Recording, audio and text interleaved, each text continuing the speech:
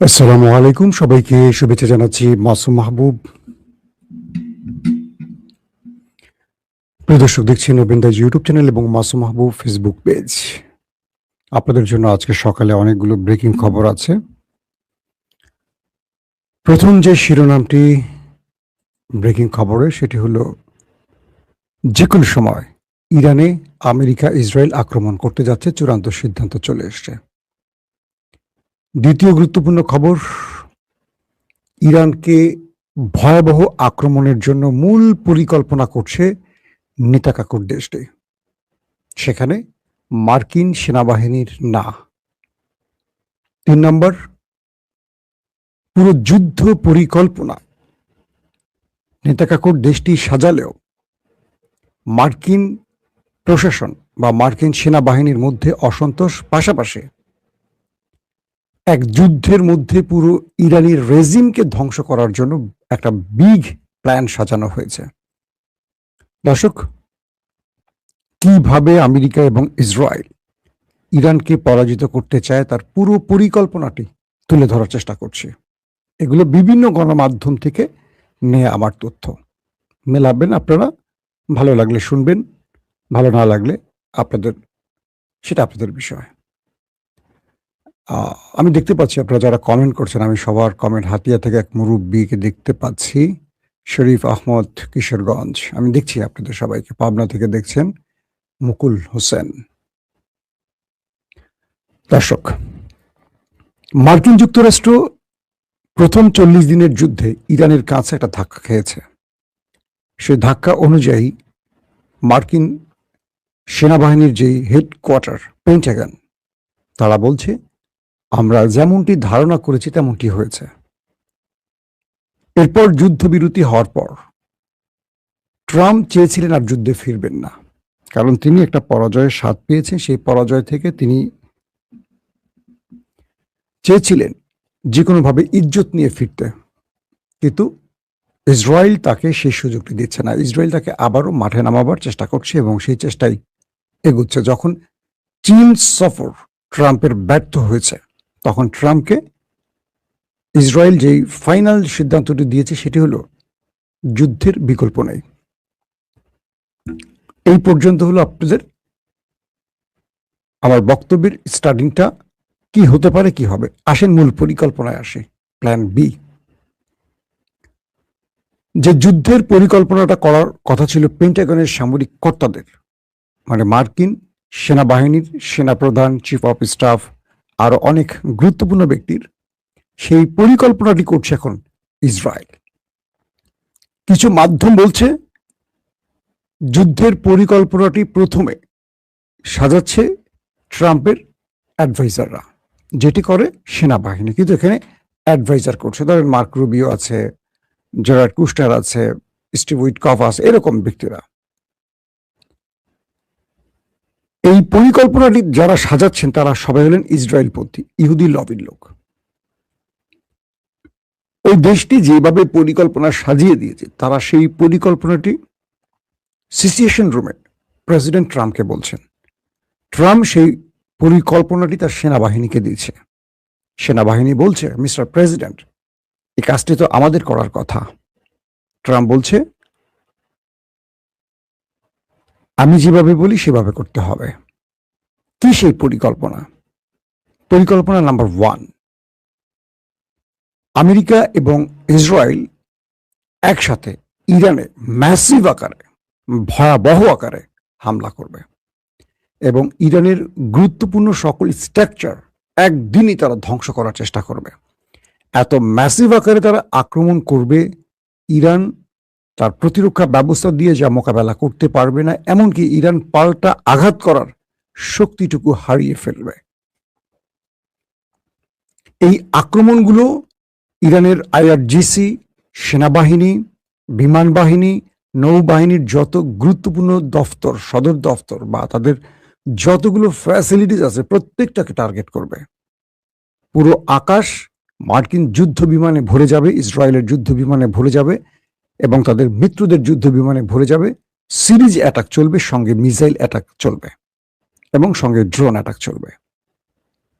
Iran পাল্টা আঘাত দেওয়ার আগে নিজেকে রক্ষায় ব্যস্ত হয়ে পড়বে।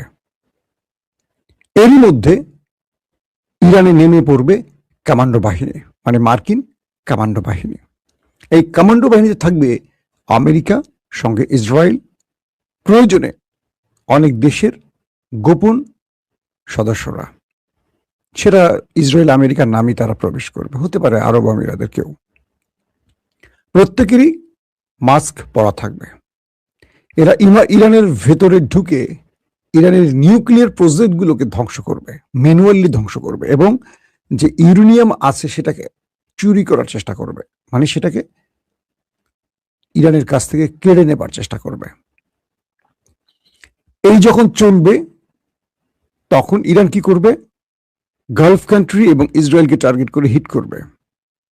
এই সময়টির মধ্যে আমেরিকা ইরানের জনগণকে বলবে, আমরা তোমাদের দেশে ঢুকে পড়েছি, তোমরা এবার মাঠে নামো। অর্থাৎ রেজিম চেঞ্জের জন্য তোমরা এবার প্রোটেস্ট করো, বিক্ষোভ করো, আন্দোলন শুরু করো।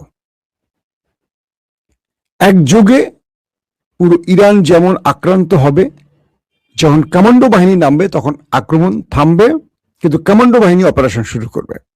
এই সময়টিতে পুরো ইরানের ভেতরে সরকার বিরোধী আন্দোলন সৃষ্টি করবে, আন্দোলন হবে, এবং যত ইরানে থাকা সিআই বা মোসাদের এজেন্টরা আছে তারা গুপ্ত হত্যা পেতে উঠবে। তো এভাবে পুরো ইরানের মধ্যে একটি বড় রকম ম্যাচাকার করে তারা এই রেজিম যেমন পরিবর্তন করবে, তেমনি ইরানের ইউরেনিয়াম নিয়ে চলে যাবে।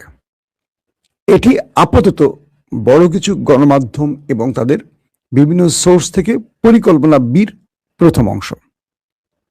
দ্বিতীয় অংশ হলো, যদি এই লড়াইতে মার্কিন এবং ইসরায়েলি সেনারা ইরানের হাতে ধরা পড়ে, প্রাণ হারায়, আটক হয়, তাহলে তাদের অপারেশনের প্ল্যান দ্বিতীয়টা, মানে অন্য প্ল্যান সাজানো আছে।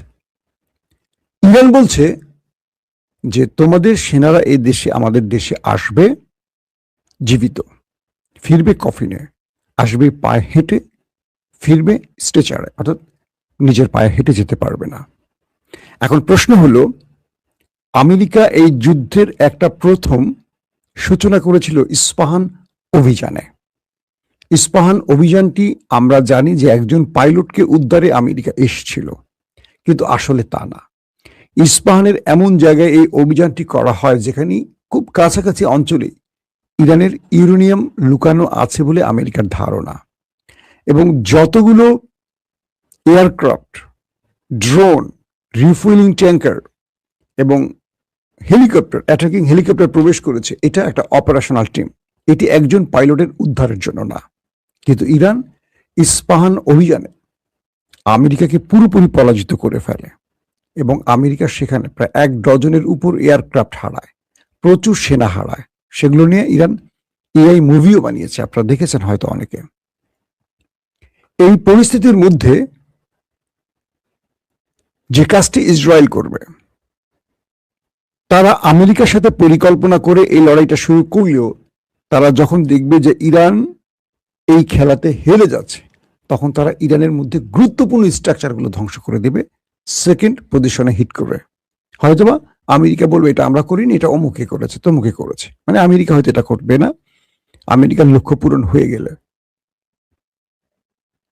এটা হলো তাদের একটা পরিকল্পনা। এখন প্রশ্ন করতে পারেন, এই পরিকল্পনা আমি জানি, ইরান জানে না? ইরান জানে, ইরান জানে, পৃথিবীর বড় বড় গণমাধ্যম জানে, ইন্টেলিজেন্স জানে, জানে অনেকে। হয়তোবা আজকে আমার মাধ্যমে আরো 200 ইউটিউবাররাও এই কথাগুলো ছড়াবে, অনেক টেলিভিশন ও নিউজগুলো নেবে, জানবেন। বিষয়টা জানাজানির নয়। বিষয়টা কি, ইরান এটার জন্য প্রস্তুত কতটুকু?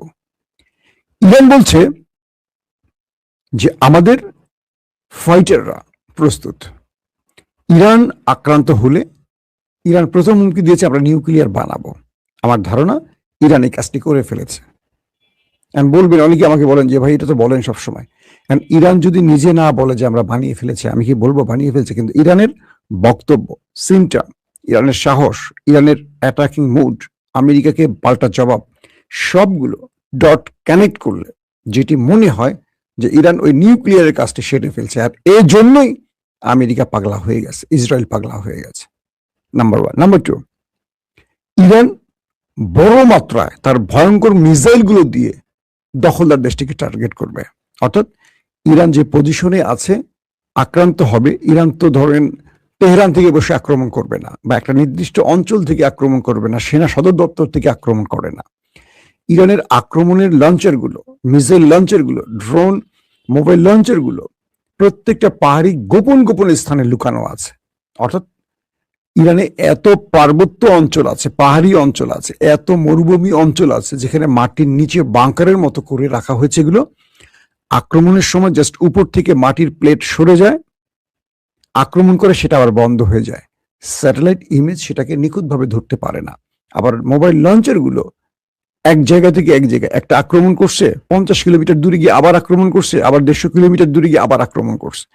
অর্থাৎ বিশাল আয়তনের ইরানের এমন এমন জায়গা আছে যেখান থেকে উপর থেকে সঠিক স্থানগুলো নির্ণয় করতে পারে না আমেরিকা এবং ইসরায়েলের স্যাটেলাইট প্রতিষ্ঠানগুলো।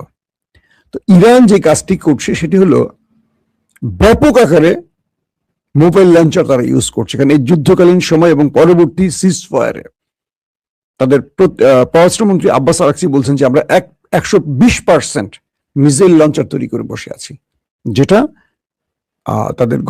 তাদের সিআইএ বলেছিল যে ইরানের কাছে যুদ্ধের পর অবশিষ্ট অক্ষত আছে অস্ত্র 75%-এর মতো। ট্রাম্প বলছিল 15-20%, সিআইএ বলছে 75%। ইরানের আব্বাস আরাকচি বলছেন যে না, 100%ও না, আমাদের 120% আছে। মানে আমরা তোমাদের কল্পনার চেয়ে বেশি তৈরি করে রেখেছি যুদ্ধের পরে, কারণ আমরা জানি এই কাজটি তোমরা করবা। যদি তাই হয়, যুদ্ধে তো অনেকে অনেক অতিরঞ্জিত কথা বলেন, যদি তাই হয়, ইরান বলছে যদি ইরান আক্রান্ত হয়, কারণ এই তথ্য তো ইরানের কাছেও আছে, ইরান একযোগে এত ম্যাসিভ আকারে গালফ কান্ট্রি এবং ইসরায়েলে প্রতিক্রিয়া দেখাবে যে এই প্রতিক্রিয়া শুধু ইরান না, ইসরায়েলটাও ডট ডট ডট হয়ে যেতে পারে। অর্থাৎ ইরান দখলদারদের ডিমোনা নিউক্লিয়ার প্ল্যান্ট যেখানে, পাওয়ার প্ল্যান্ট যেখানে, তেল রিফুয়েলিং যেখানে, পানি শোধনাগার যেখানে, তাদের যে গুরুত্বপূর্ণ সামরিক স্থাপনা যেখানে, প্রত্যেকটিকে টার্গেট করে একটি নয় একাধিক মিসাইল আপলোড করে রেখেছে, নেভিগেশন অন করে দিয়েছে, জাস্ট সুইচ টিপ দেবে। তো ইরান বলছে যে তোমরা আমাকে আক্রমণ করো, তোমার আক্রমণের মধ্যেই অটোমেটিক আমার আক্রমণ তোমার দেশকে আক্রমণ করবে। অর্থাৎ তুমি আমাকে ধ্বংস করতে চাও, করো, তুমি নিজেও হবে, আমি তোমাকে ছাড় দেব না। মানে আমি তোমাকে এই যাত্রা ছাড় দেব না। আমেরিকা ইসরায়েলের দ্বিতীয় ধাপটি হলো তারা এই এটাকে খার্ক দ্বীপ, যেটা ইরানের তেলের বাণিজ্যিক নগরী বলা হয়, খার্ক দ্বীপটাকে পুরো ছাপা করে ফেলবে অ্যাটাক করে। তারপর হরমুজ প্রণালীকে কন্ট্রোল যেখান থেকে করা হয় সেটাকে ব্যাপক অ্যাটাক করবে। অর্থাৎ এই পজিশনগুলো অ্যাটাক করে ইরানের প্রথম সারির তো মোটামুটি কমান্ডাররা শেষ, দ্বিতীয়, তৃতীয়, চতুর্থ সারিকে শেষ করবে। এটা হলো তাদের টার্গেট। ইরান কি করছে, পুরো অ্যাটাকিং পজিশনটাকে সাজানো হয়েছে ফোর্থ লেয়ারকে দিয়ে। ফোর্থ লেয়ার বোঝেন, সেকেন্ড থার্ডকে তারা রিজার্ভ বেঞ্চে রাখছে, তাদের পরিকল্পনায় পুরোটা হচ্ছে, কিন্তু মাঠে খেলবে ফোর্থ লেয়ারের অফিসাররা, যারা এটাকে ইমপ্লিমেন্ট করবে। আর এই দুটো গ্রুপকে ইরান গোপনভাবে সরিয়ে রেখেছে এমনটি বলা হচ্ছে। আর ইরানের ভেতরে যে মোসাদ বা সিআই গুপ্ত হত্যা মেতে উঠবে বা প্ল্যান করা হয়েছে, এদের বড় একটি গ্রুপকে ইরান ট্র্যাক করে রেখেছে, তাদের প্রতিটি গতিবিধি ইরান লক্ষ্য করছে। অর্থাৎ ইরান যাদেরকে ধরার প্রয়োজন তাদেরকে ধরে ফেলছে, কাউকে কাউকে ইরান শনাক্ত করে ফেলছে, কিন্তু ধরছে না। না ধরে তাদের বিরুদ্ধে একাধিক গোয়েন্দা লাগিয়ে তাদের মনিটর করছে, কারণ তাদের উপর নির্ভর করে ইরান অনেক কিছু জানবে, অনেক কিছু করবে। ধরেন যে লোকটি ইরানের ভেতরে মোসাদের হয়ে কাজ করছে তাকে ধরছে, তার স্বীকারোক্তি অনুযায়ী আরো 5 জনের নাম ঠিকানা বের করে রাখছে। তো এদেরকে ইরান মনিটর করছে, কখন কোথায় যাচ্ছে, কি করছে। তো বলা হচ্ছে যে ওই সময়টিতে এদেরকে ইরান কাপ করে ধরে ফেলবে এবং এদের মাধ্যমে বড় নেটওয়ার্কটাকে ইরান খেয়ে দেবে। তো সবকিছু মিলে যুদ্ধ পরিস্থিতিটা এমন একটি পর্যায়ে গেছে, মার্কিন গণমাধ্যম নিউ ইয়র্ক টাইমস বলছে যে কোনো সময় এটি বড় মাত্রায় অ্যাটাক হবে। তবে এখানে যে বিষয়টি এখন আমেরিকার জন্য টেনশনের কারণ হয়েছে সেটি হলো ইসরায়েলের পরিকল্পনায় আমেরিকা যুদ্ধ করবে না, আমেরিকার পরিকল্পনায় ইসরায়েল যুদ্ধ করবে। পেন্টাগন আর প্রেসিডেন্ট ট্রাম্পের মধ্যে একটা বিরোধ লেগে গেছে, যে কারণে সেনা প্রধানকে কিন্তু বরখাস্ত করা হয়েছে জানেন, বা তিনি সরে গেছেন, তাদের নিরাপত্তা প্রধান সরে গেছেন, তাদের কাউন্টার টেরোরিজমের প্রধান সরে গেছেন, কারণ ট্রাম্পের এই হিসেবের সাথে তাদের হিসেব মিলছে না। এবং স্টিভ উইটকফ তিনিও কয়েকটি ক্ষেত্রে ট্রাম্পের সাথে খোটাখুটি শুরু করছেন, তিনি নেতানিয়াহুর সাথে বিতর্কেও পর্যন্ত তর্কেও পর্যন্ত জড়িয়েছেন। তার মানে পেন্টাগন বলছে, মিস্টার প্রেসিডেন্ট, এটা আমাদের জন্য আরো বড় ক্রাইসিস আসবে, কারণ ইরানে ঢোকার পর আমাদের কমান্ডো বাহিনী বা আমাদের ফাইটাররা কজন ফিরে আসতে পারে সেটা নিয়ে আমরা দুশ্চিন্তায় আছি। কিন্তু ইসরায়েল নাছোড়বান্দা, তারা আমেরিকাকে দিয়ে যুদ্ধটা করাবেই। এবং আমেরিকা ট্রাম্প অ্যাভেস্টিন ফাইল বলি বা গোপন কোনো ভিডিও বলি, গোপন কিছু আছে যেটা ইসরায়েলের হাতে, যেটার কারণে ইসরায়েল তাকে এখন পুতুলের মতো খেলছে। তবে এই লড়াইতে আরো কিছু দেশ গোপনে ইরানের সাথে, ইরানের বিরুদ্ধে আসতে পারে। আবার ইরানও তার কিছু মিত্রদের রেডি রাখছে, কারণ ইরান জানে। এই জন্য ইরানের জাতীয় নিরাপত্তা প্রধান তিনি তুরস্ক সফর করেছেন, এবং ইরানের সাথে একটি হাই ডেলিগেশন, পাকিস্তানের সাথে তাদের মধ্যে দুতিয়ালি চলছে। পাকিস্তান এর আগেও ইরানের বিমানগুলোকে গোপনে আশ্রয় দিয়েছিল। তো বলা হচ্ছে যে পাকিস্তান ইরানকে একটা ভালো সহযোগিতা করছে, যেটা পাকিস্তান প্রকাশ্যে আসবে না, কারণ পাকিস্তান মধ্যস্থতাকারী হিসেবে আমেরিকা ইরানের সাথে কাজ করছে। এবং সৌদি আরবকে ইরান যে বার্তাগুলো দিয়েছে, সৌদি আরব তার রিপিট যে বার্তাটি দিয়েছে সেটি হলো তারা এই যুদ্ধে আমেরিকা ইসরায়েলের পক্ষে নামবে না, এবং তারা ইরানকে ধ্বংসের পক্ষে নয়। তো সবকিছু মিলে পরিস্থিতি যা বলছে খুব ভয়াবহ দিকে যাচ্ছে, এবং এই লড়াইটা পুরো পৃথিবীকে এক অন্ধকার সময়ের দিকে নিতে পারে।